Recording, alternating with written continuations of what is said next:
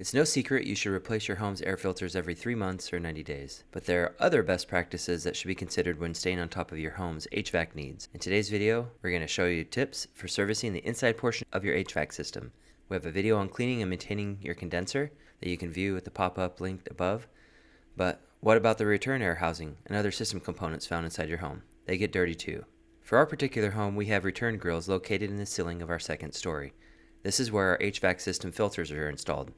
But over time the housings get dirty, so it's a good idea, once a year, or as needed, to clean the grills and the housing they are installed in. Here in the Southwest we live in a lot of dirt, and with the occasional storm things get dusty, especially with ceiling fans that are used throughout our home. While you can take your vacuum and ladder and suck the dirt away, it is far quicker and a better result if you remove the grills and take them outside and blast them with the hose. First, unclip the panel, swing it down, remove the back connections, and lower it to the ground.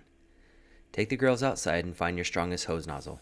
Turn the water on and blast away the dust and grime.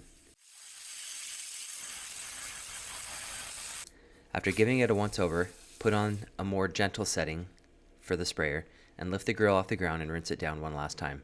This will keep dirty water from splashing back up onto the grill when it's sitting on the ground, because it's no longer sitting on the ground. Next, place the grates in the shade and let them dry.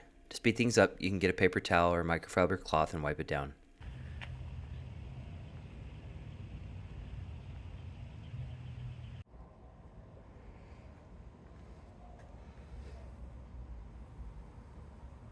Next, reverse the steps to reinstall the grates into the housing. Before installing the new filters, take a wet towel, microfiber works pretty well, and wipe down the inner sides of the housing.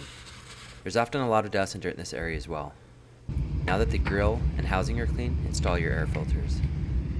Tip: turning on your air system will start to suck air through the returns, and it makes it easy to place the filters, as the suction will just put them into place. I like to write the date of the side of the filters so you have a solid idea of when they were last installed.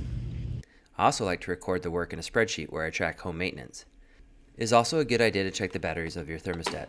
For example, this thermostat is connected to the home's power, but has backup batteries in case the power goes out. While they will last a long time, they eventually go bad. For this model, simply remove it from the wall and locate the backup batteries. Pull out the bad batteries and install new ones, and you're all done. Next tip: clean ceiling fans throughout your home. Most ceiling fans will collect dirt and gunk on the leading edges of the fan blades. Over time, it'll accumulate and get nasty. You can quickly clean these by getting a microfiber towel moist and wiping the fan blades down. Rinse the towel when dirty and repeat until the fans are all clean. Another tip is to vacuum and clean your floors regularly. Keeping dust down in the home will make your HVAC system last longer and will not challenge the furnace filters as much.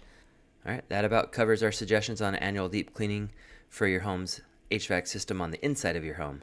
Have some advice to pass along that we missed in the video? Drop a comment below. We'd love to see it. As mentioned earlier, we've linked all the items in the video description below.